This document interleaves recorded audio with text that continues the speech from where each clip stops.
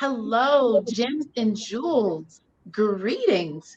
Happy, wonderful Saturday. This is a beautiful day to be alive.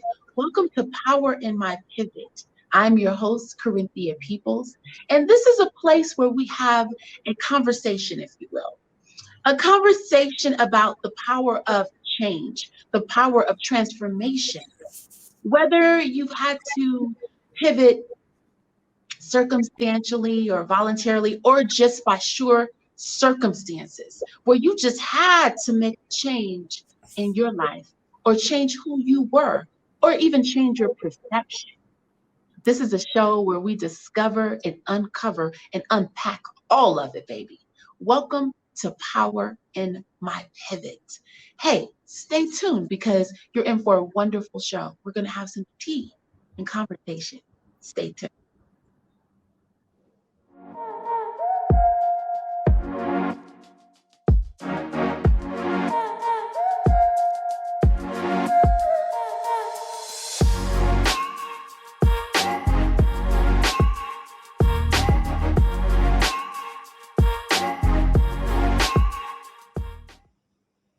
Welcome back, Gems and Jewels.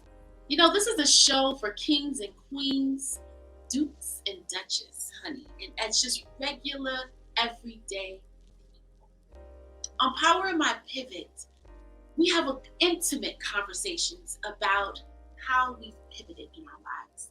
On this edition of Power in Our Pivot, we will have Carla Lovett as our guest. Carla is a native San Franciscan. She's from the San Francisco Bay Area. Carla is relaunching actually her business, Pillow Fight Nights. She is a triple double OG in terms of wanting to be an entrepreneur, self-reliant, focused on herself and on business that she acquires, that she motivates, that she puts her life into. Carla she has launched Pillow Fight Night, but a part of her pieces is tea, hosting tea parties. Her goal is to have a virtual environment of tea parties where she is able to inject tea into everyday living as well as events and such, right? Carla is a wonderful being. She is definitely here to love and to serve. As you can see, we are about to have tea. So welcome our guest, Carla. Hello, Corinthia. How are you? I'm good, thank you. You look darling. Thank you. I'm ready for tea. You ready for tea? Yes, honey, me too. We got our gloves. Yes. Honey, yes. We got our pearls. We got our tea pots. Yes. Yes. And our cup with our tea.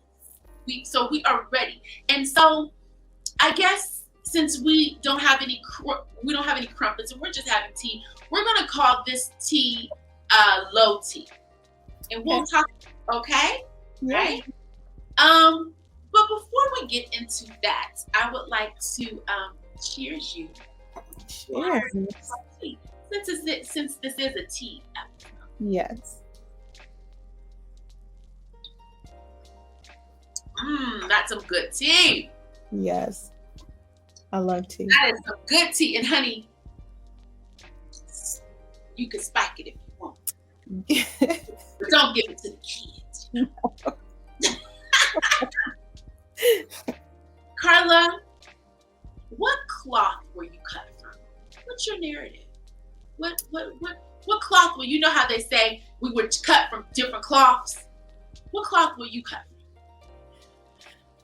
I think like most, well, I can't say most. For me, I was cut from several different strong Black women. I had a lot of mamas in my life. Which is a good thing, but when you're a kid, you don't think so. My great grandmother and my grandmother on my father's side, and then there's my mother on my mother. And they all had a huge impact in my life. And um, they were entrepreneurs themselves, and they always gave me the impression that I could be and do anything I wanted to be. And the only limitations in my life were the ones I put upon myself. You know, Mhm. very interesting. Very interesting. That's Yeah. not the typical narrative. Oh, it's That's, not? Oh. yeah, no. No, to be told that you can be whatever you want to be by your parents and they actually like support you in that. No, that's not typical. Wow. Even in high school, they had to push me to join more social clubs. They were just wondering why did I want to be home all the time. Well, they were cooking all that good food at home. Of course, I wanted to stay there. That's actually my next question. Like, you're launching Pillow Fight Night presents tea parties, virtual tea parties.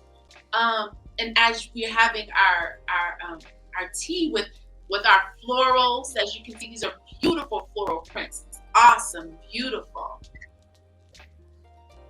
What's so you said that you wanted to stay home. Did you grow up seeing it, witnessing your mom and your family having tea and such? Oh, yes. And not only that, every event we had, it could be Christmas or Thanksgiving, my mom and my grandmother, they would pull out the best silver, the best china. They would dress for everything. We couldn't even leave the house, not even if it was a yard outside of our house, unless we were fully dressed.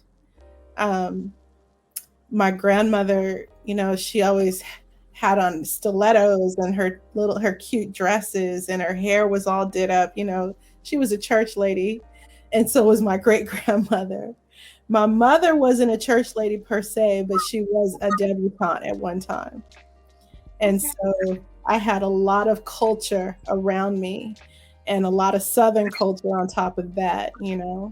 Um, they knew, they taught me how to feel fabrics, how to know when something is of good quality. Um, and it stayed with me. They started me as a little kid, and I mimicked what they did. And they would we'd go shopping for clothing or anything. It could be bedding or tablecloths even, and they would touch it and they would look at how it was finished. Yeah, uh, they yeah. would The and they stitch. Yeah, Yeah. yep. And they would know whether or not it was worthy for their money. They weren't going to buy anything that wasn't worthy, and they would put it back even if they liked it, even if they liked the way it looks. If it was poorly made, it didn't come home with them. Wow. So do Yeah. you attribute? I mean, I'm flabbergasted. I'm like, holy. I mean, I had a growing up that was, pretty opulent. Um, but you're definitely, there's no other Carla Lovett, right? We're all unique in our journey. We're all unique in how we show up and our gifts to the world. And truly, you have this opulence to want to bring tea. There's not a lot of Black women in this space that's able to pull off pearls, white gloves, tea. And by the way, Carla sent me all of this. This is a part of what your business is, right, Carla? You're Yeah. creating the tea experience. You sent me my gloves. That's why. And can you please show your gloves? Carla is having on her gloves as well. Yes. And she sent me the teapot, the cup, the saucer, right? And she Yep. sends you your hat as well. She's wearing her hat. Now, I want to later on tell you why I chose this hat and I didn't go with the hat you sent me. And the one I actually picked out for myself. Because I want to bring us to the space. Yes. So I had to because you mentioned even yourself, your people were church women. Mm-hmm. So church women, we had a different kind of situation than the typical European, British royal family type of way where you did we wore bigger hats, and Right. speak to that in terms of the history of tea, how it started and how we took it on as people of color. Well, you know, a lot of it started in Britain, with the royal family, Mm-hmm. the high tea, the afternoon teas, and the low teas, and a lot of it was just kind of circumstance, especially the afternoon tea. It was Mm-hmm. something that one of the duchess in the royal family decided that she wanted to have, you know, just a little snack, something that would carry you over until from lunch to dinner. But Yeah, it became so popular that it became a thing, and of course, because the royal family started it, it took on with, you know, like wildfire with all the other with the rest of the population. And so that's pretty much how afternoon tea. High tea is a little bit more specific. It's definitely, you dress up. There's usually alcohol involved, champagne. There's heavier foods like meats and cheeses, and it's not just desserts and biscuits like afternoon tea. And you definitely feel the difference, you know. yeah, Um, yeah, and it's so much fun. And so when it came over to the United States, especially for the African American um, population, which I'd like to focus on, we do lots of teas for in sororities and also for churches. We do yeah, lots of fundraisers using teas. People yeah, love it. They love transforming. They love, you know, dressing up. They love the whole tea culture. Um, yeah, yeah. yeah. I learned recently, like having you on, I did my own research, and I found out that the largest tea farm is in Nigeria. And we were having the conversation, and I told you that, and you was like, that makes sense because the British colonized Nigeria, and the British were known for, you know, the gloves and the, you know, just fashion, making it a fashion statement, making having tea an event, Right. right? Yeah. Yeah. And I was really surprised. I didn't know that myself until we had that discussion, because I would have thought that it was India, but I was not surprised because they did occupy Nigeria for quite some time. So they had a lot of impression on them as far as tea culture is concerned. Yeah, yeah, Yeah. yeah. And you know, I when I visited Africa, um, they would have tea. The men would sit around and have tea, and the women. But I would see mostly men. I'm just not gonna front. Mostly I saw was men having tea, and they would squat and they would pour, like consistently pour from the pot to the cup to the pot, the pot to the cup, the cup to the pot, and it would change the consistency of the liquid and the tea and the sugar, and it made it creamy. And Nice. the way they would pour it, they would start to, like, you know, pour it where they would go zoo, zoo, you know, and pour it through and do it back in the thing and zoo, zoo, zoo, you know, like, and I'm like, wow, this is a whole culture of tea, around tea. Carla, you know, I love your blouse. It's Thank you. beautiful. Thank you. You're welcome. And I know the florals, the decor of florals is very high tea, low tea, opulence Absolutely. It's a lot of Victorian design going along with this. And with so, it. So yeah, what's behind the florals, Carla? What's behind the florals of Carla Lovett? What's behind your florals, girl? I just feel like it transcends you into another time. It gives it, you know, I feel like maybe in the early 1900s that you know, of course for us it wasn't so good in America, but for culture as a whole, I feel like the culture of tea was really decadent. And I feel like different color patterns and florals and things like that just kind of give you the impression that, oh wow, you kind of had to be in society or high society to be involved with this kind of culture, and Yeah. making those kind of statements by showing floral or whatever patterns, because a lot of times they had wallpaper that also was very decadent back then as well, using silks on the walls, or even the tablescape, lots of silver and beautiful ceramics or china, Yeah. and um, and it just became part of the whole package of tea, the whole tea culture, so to speak. So us being black folk, Yeah. we're so much more than a color, right? We're Yes. of African descent. We are of Aboriginal descent. We are a very native people, right? Let's just Hmm. be clear. We're not just a color, right? And black is a color. It's not a race and a culture of people, Absolutely. right? So, Carla, is your goal to kind of like revolutionize tea and bring it and make it our own, like put our own stamp on it? Absolutely. I think the world needs to know how other cultures have tea. I think for me, I would like Pillow Fight Night and my tea virtual tea parties to depict, or not depict, to actually show and educate people on how tea ceremonies happen all around the world.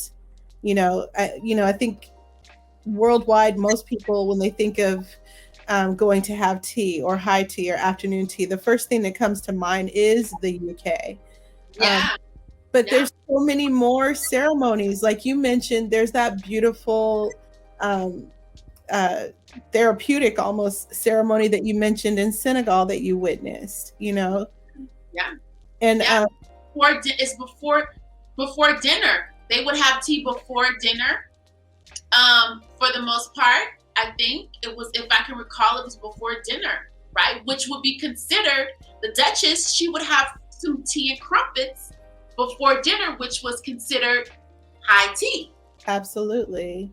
And think about it, even though it was mostly men that were involved in that ceremony, it was still a ceremony, which all of it, if you look at bare basic, it's all ceremonial. And it kind of made, from what you were saying, when they were interchanging the liquid, going back and forth and doing, it was a process. It was very therapeutic. It was like you were, being involved in something special. Yeah, They yeah. might not have had the hats on or the gloves or the pearls, but it was still a very specific and special ceremony that was very intentional. uh, Mm-hmm. so there's that. There's also, tea ceremonies in Japan, which could be hours long. And they do things like, a half a turn of the cup means something. The way you pour the water means something. You have to get a little ladle and pour it very slow. Everything, Mm-hmm. the Japanese tea ceremonies, so on. So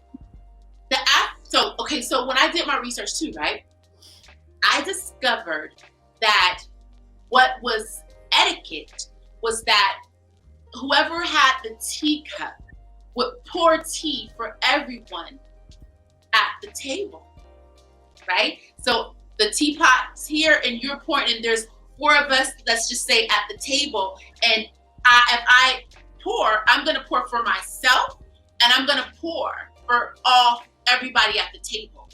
Well, guess what? In Africa, they pour for everybody that's having tea. Isn't that something?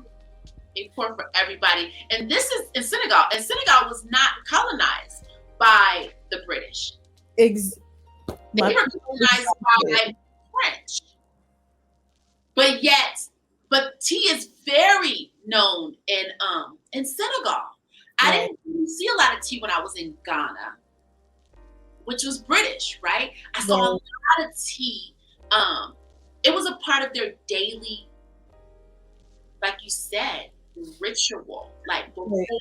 dinner they would have tea, or after dinner they would have tea, but mostly before dinner, or even in noontime, you know, for lunch.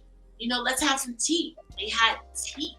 They would pour their tea. So it's quite interesting how there were different regions, different parts of the world, but they did things that were similar. Or maybe the Duchess did things that were similar to what we did. We, you know, Right. reverse. You're absolutely reverse. right. You know, because like we know that history is sometimes tainted, Mm-hmm.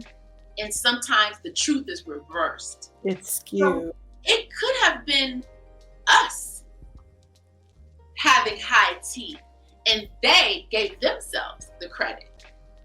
You know, Corinthia, you might be onto something, and I say that because think about where tea grows.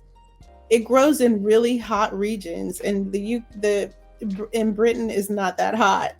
And the places that they colonized were really warm climates, like India and Africa.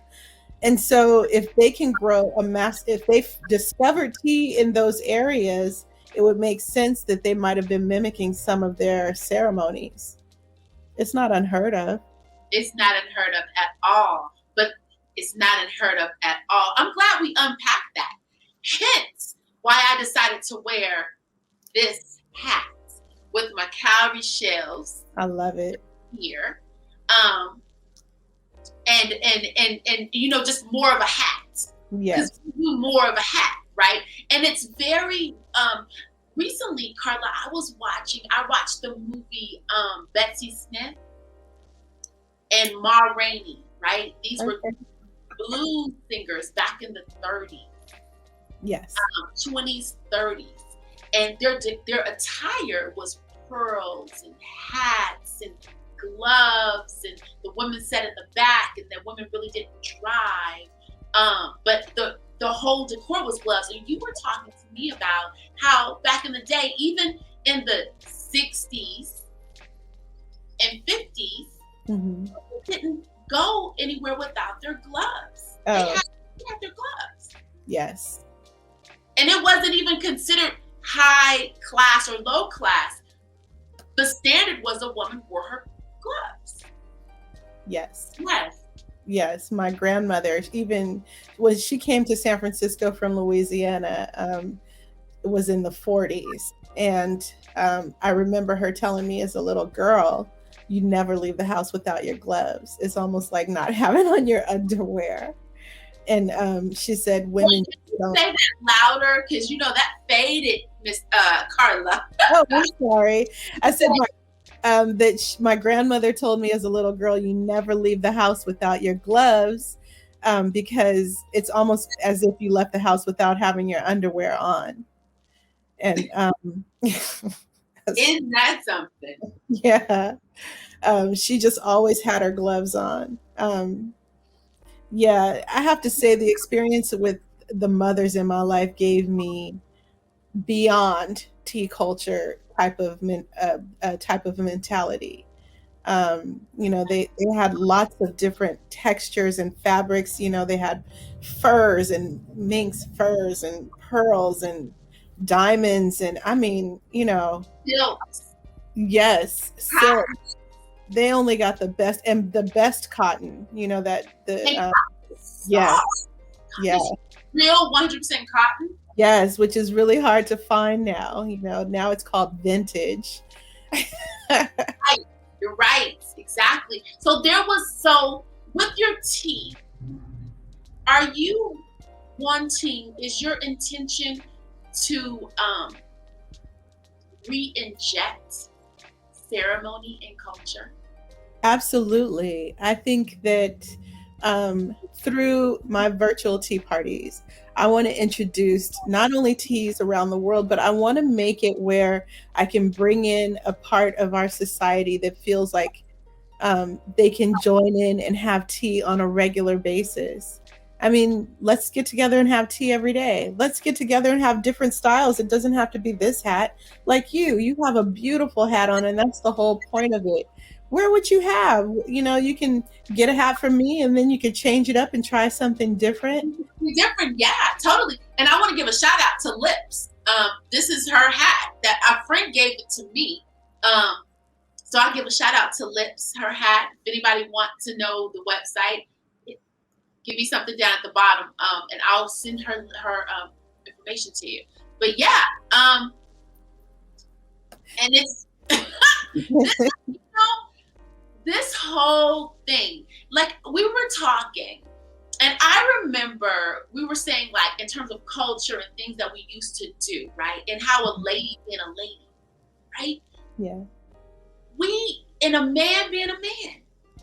Because I always say this is a show for kings and queens, dukes and duchesses, right? Everyday, regular people. But yeah. I remember my grandfather telling me, hey, don't touch no door handles.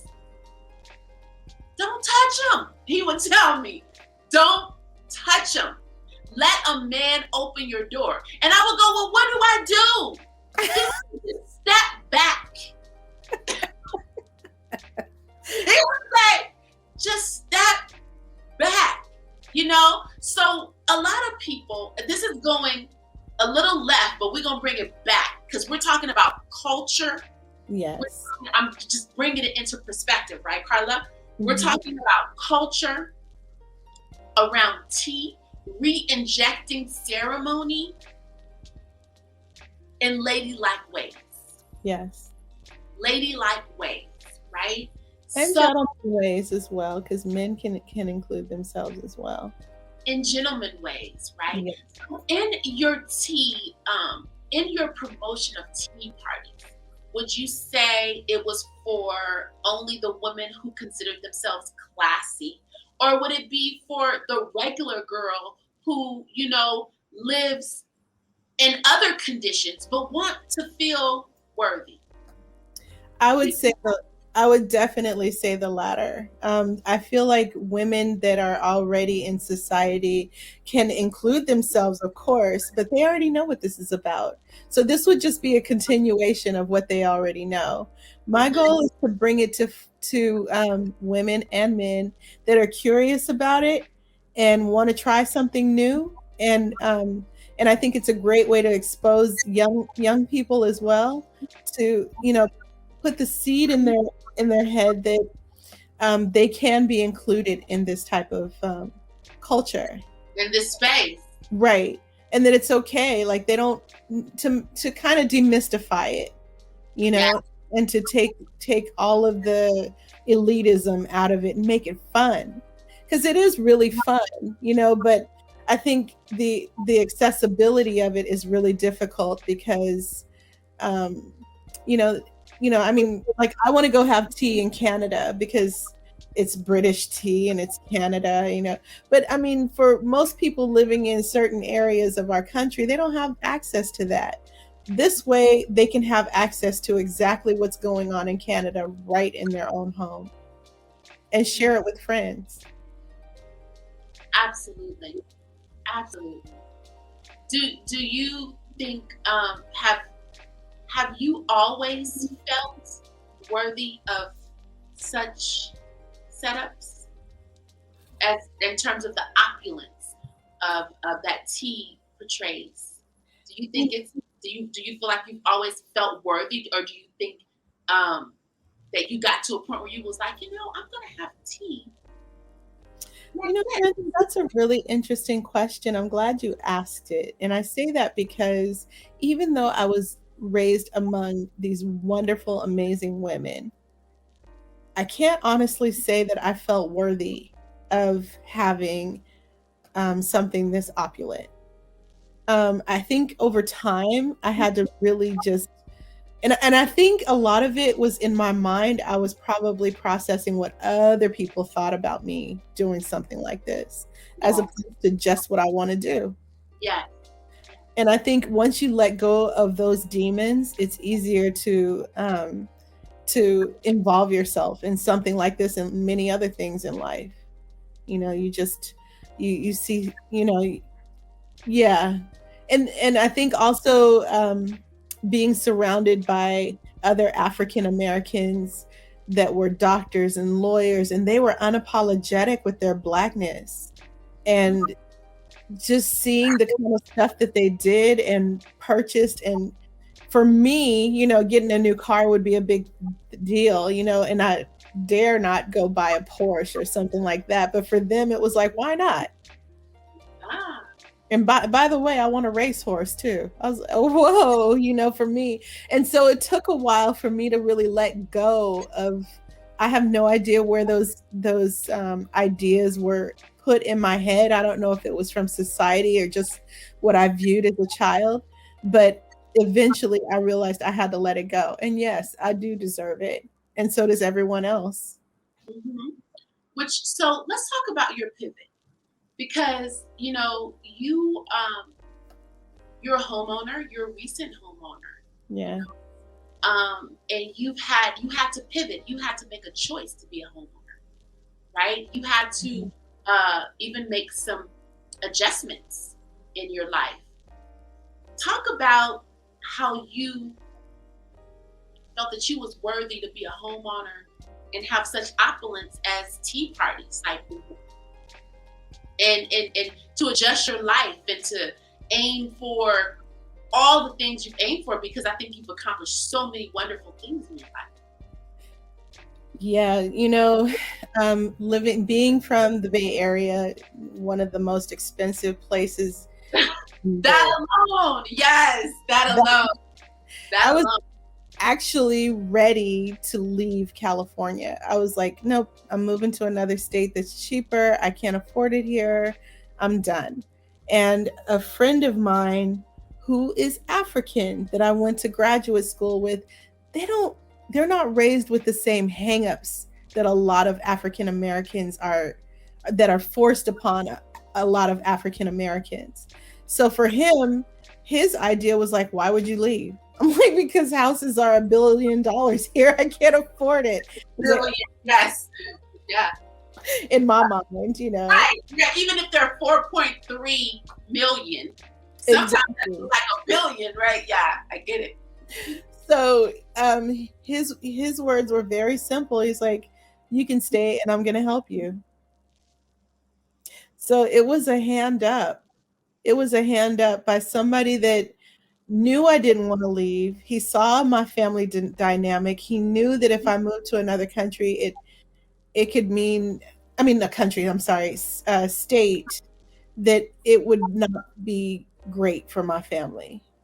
And so he helped me, and it worked, and it was hard work.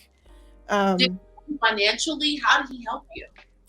No, he's a realtor, and we went to graduate school together. And he told me that I could live in Oakland, which I wasn't living over here previously. And he showed me properties that were in up and coming areas. And I love it. I love my house. And so also I had to become more mature. I thought I was mature, but it wasn't until I got into the home buying process that I realized that I had some growing up to do. Like it wasn't all giggles. Like you had to be serious. You had to make other people believe that you were serious, and you had to show the money. It was everything I was not. I was just, I was living this free life, renting, happy renting. Not that renters aren't serious, but my personal journey, I was not that serious person. And I just had to really grow up really, really fast in order to purchase a home. Mm-hmm. Yeah. That was a huge pivot for me. That was huge. Yeah. And you had to make some adjustments along the way. You gave up your car. Yep. I sold my car to buy the house. And I figure houses appreciate, cars don't. Say it again? Houses appreciate, but cars don't. Yeah. So the houses grow in value, but cars decline in value the longer you keep them. Mm-hmm. So I thought it was a good trade. And The first 3 years I was here, I've been here for 4 years, by the way, but the first 3 years I was just bleeding money. And I'm like, when are the benefits going to come in? When am I going to get this huge tax write off? And of course, we got a president in there that took all the tax write offs away. And so, but now it's starting to really calm down. I'm really starting to get in my groove and I love it. And I feel like, not feel like my mom, I ended up bringing her in to live with me. And you could build up, build out. You don't have to worry about anybody telling you what to do with your house. I love it. But it took a lot of growing, a lot of pivoting, seriously, for me. How does home owning, and these are some of the conversations we have around tea. Yes, this is definitely tea conversation. How do you relate? How can you bring it in for us? How do you relate growing up, setting your sights higher and bigger, to wanting to be an entrepreneur and cultivating yourself even further? Well, Corinthia, growing up, I was raised initially in San Francisco and Lakeview. And so when growing up, we didn't have a lot of money. And then we moved to Westboro in South San Francisco, and I was surrounded by a lot of African Americans that had a lot of money. And I think that my mom strategically moved us there so that we could learn that being African American, you don't have to just take what you're given. You can take what you want out of life.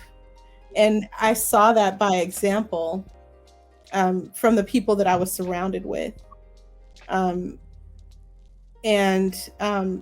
kind of learned from them. The funny part is I learned from my friends' parents. I didn't learn this from my friends. And a lot of them who were raised with a silver spoon in their mouth didn't even take advantage of the things that their parents worked hard to get them, which I found very interesting. Well, you did a gem drop. You said a gem drop. The gem drop that I just took away was, we don't have to take what we're given. We can take what did you say? We can take what we want in life. What we want in life. And now another thing about you is that what I notice about you is that you look at things in a certain way. Because like I said, we all have our own unique footprint. No one can be us. No one can be Carla. Yeah. No one can be Corinthia. No one can be Zeke. No one. We have our own footprints, right? Yeah. So you, Carla, you saw where, wow, my friends have this opportunity where you really didn't. And they probably didn't even see it as an opportunity. They took it for granted. So I guess my next question is, what's so special about tea to you? Why did you choose tea? Why did you tilt your head and go, tea? I would like to create culture and ceremony with tea parties. What was the tilt of the head? What was the pivot? Well, I just felt like it's one small way. Okay, tea has revolutionized the world, right? We had the Boston Tea Party. Big, significant historical things have always happened around tea. You don't hear the same thing about coffee. I think it's a beverage, but it's also more than that in a way that, just looking at the tea culture again, you can see the importance of it. You have royalty dressing up, setting the table to the nines and inviting people over. They talk in hushed tones, and it happens like that worldwide. I'm sure that when you went to Senegal and witnessed their tea ceremony, it was pretty much the same. For them, it might have been different dishware or they're, they didn't really dress up or whatever. They had their own ceremony where they're doing the tea back and forth. You knew by witnessing it was important. For them, yeah. Exactly. And it's the same, like I said, in the Japanese tea culture, who has a tea ceremony for at least an hour. It's a very intricate ceremony. So I thought, what is the one thing that I'd like for people, for young women and men to embrace and learn a little bit about tea worldwide? Yeah, and grown adults. Adults, yeah, don't know this history. Yeah, right. And and include themselves in an opulent type of situation, whereas before they wouldn't have even considered it. Kind of just, again, transcend themselves outside of their daily lives. And then who knows where this will take them? Who knows what conversation, when they bring friends in, will take them in life, and they can reel it back and say, oh, we had that when we had our first tea. Do you remember that? You know what I mean? Yeah. Yeah. So I think that's kind of the reason why, that's really a big part of the reason why I chose tea, to have tea service and parties and events and things like that. And to, like I said, to loop people back into wanting to have tea together. I like the culture. I like it when women dress up and feel beautiful, no matter what you have on. It doesn't have to, like I said, it doesn't have to be these pearls or this hat or these gloves. It could be whatever makes you feel good. And I like it when gentlemen are gentlemen. Maybe I'm just old school like that. Pull out her chair. Let's sit together. Make her feel like a lady, and she'll make you feel in turn like a man. And all over tea, So I think when you dress up a table, it kind of, people just act different. They sit up taller. They have important things that they want to say. And I feel like that at this time in our history, we need more of this. Yeah. I'm smiling from the inside out because it's so necessary. It's so necessary for us to pull up ourselves, to rise up ourselves, to big up ourselves, even if it's with a freaking tea. Yes. Let's take a sip.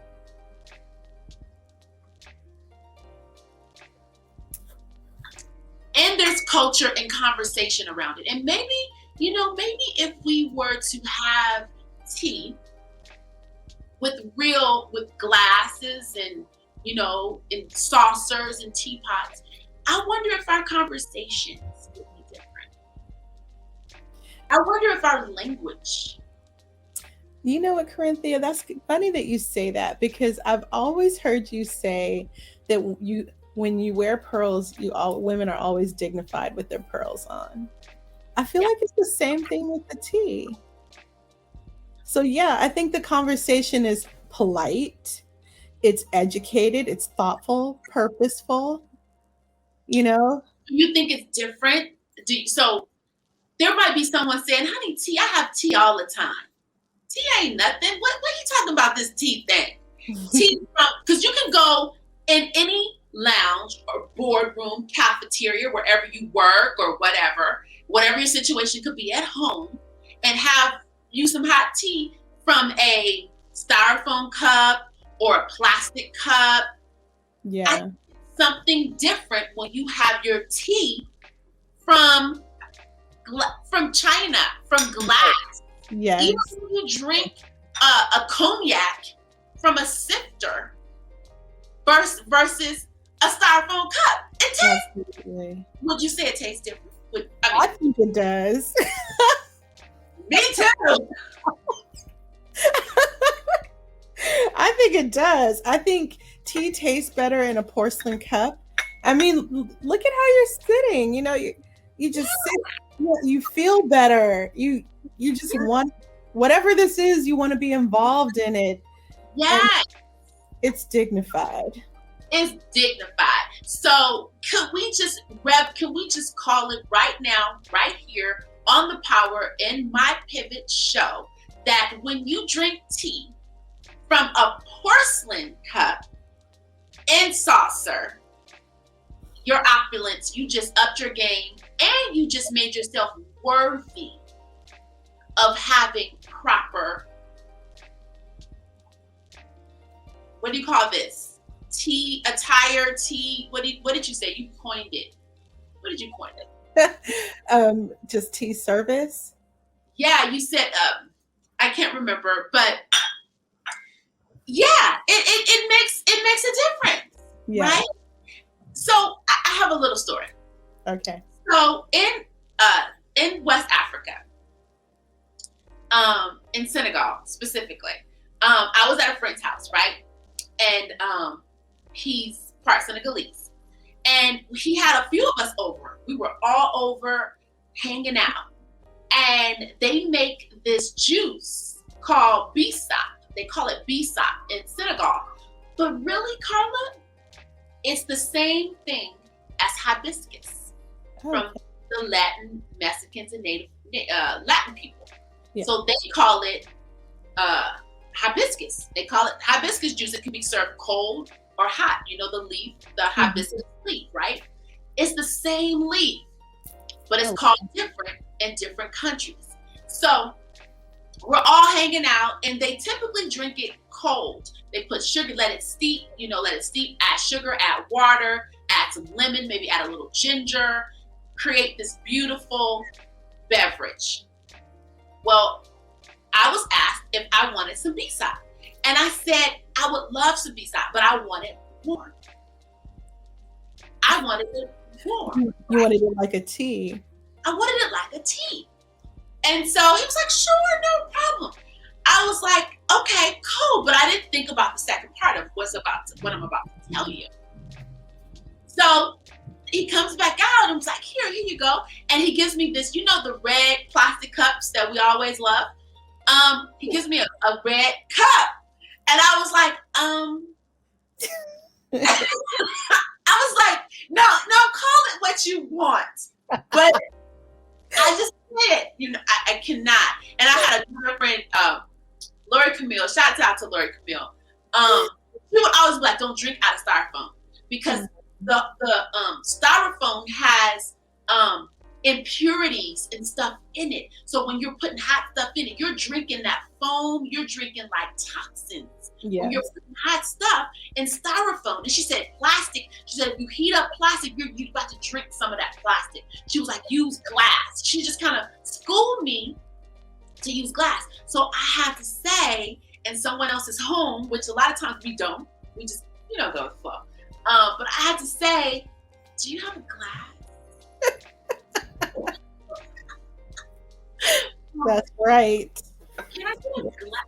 And but he was such a gracious host that he was like, he said to me, you remind me of my mother.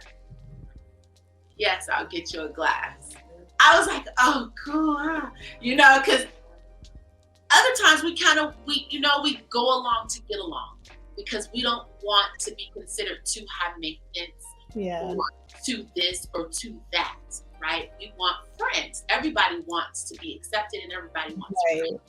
But I think now the day has come for us to stand in who we are, for us to stand in our opulence. Mm-hmm. If we wouldn't drink from a cup at home, then don't drink from a cup nowhere else. Right.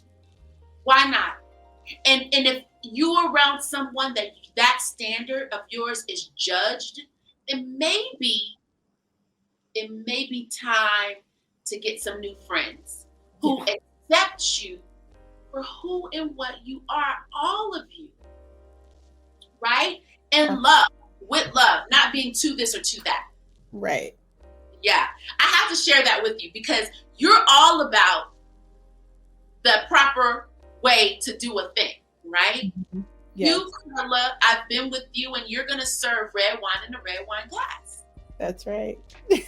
Serve white wine in a white wine glass. And if you don't know, there's a difference. There's a wine glass. Yes. There's a white wine glass. Yes? Yes. Call this etiquette 101 African American. Yes. I think it was a huge compliment that he said, "You remind me of my mother." Clearly, And his mother had class. clearly, and I was so happy with my glass. Like, and then when I got my glass, Carla, I felt like I could sit for a while. Right. You Because when felt you're welcome. I felt welcome. Did you say I felt welcome? Yes. Yeah, I felt welcome, and I felt that I was accepted and I could sit for a while. And it was okay for me to want a glass. Right. So I say all that to say it's okay for us to want to have porcelain, to drink our tea, to want to have a glass to drink our tea, to want to cook even with stainless steel or a glass, which we should be. We should not be cooking with aluminum. This is a public service announcement. Do not cook on aluminum. Yeah. It causes Alzheimer's. Yes. I've heard Don't that. do it. So it's time. I like that you came on the show because it's definitely it's okay for us to be worthy of a tea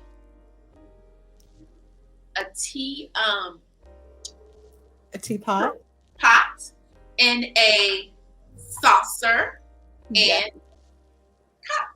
Yes. We're worthy of that. Yes.